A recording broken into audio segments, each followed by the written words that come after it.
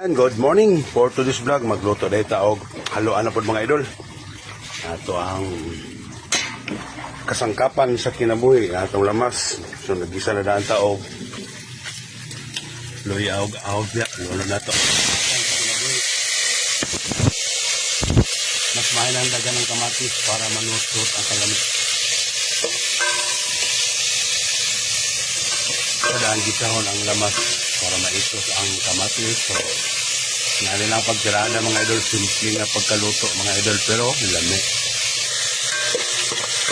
So sa daan ang gisahon ang kamatis kanang ma-kondito.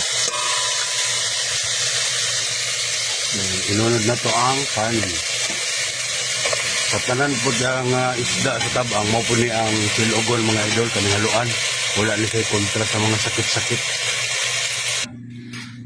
Kini siya but nga natuog tubig ikan sa kanal. Tama lang po ang sabaw. Kanang malibi lang siya sa karne. Sinapot na mo gamit og laing nga pangpalasa. Asin og bitsindra, abi pa lang watay salig sa tong tirada. Bukal siya, lunod na to ang green chili, pangpawala sa langsi. So na to ilunod ang pichay. Wow, pichay.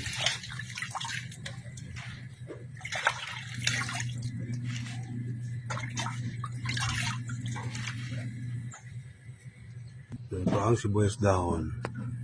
Ano rin ang atong haluan nga ginisa sa kamatis. That's all for today. Thank you for watching. Mga onadenta.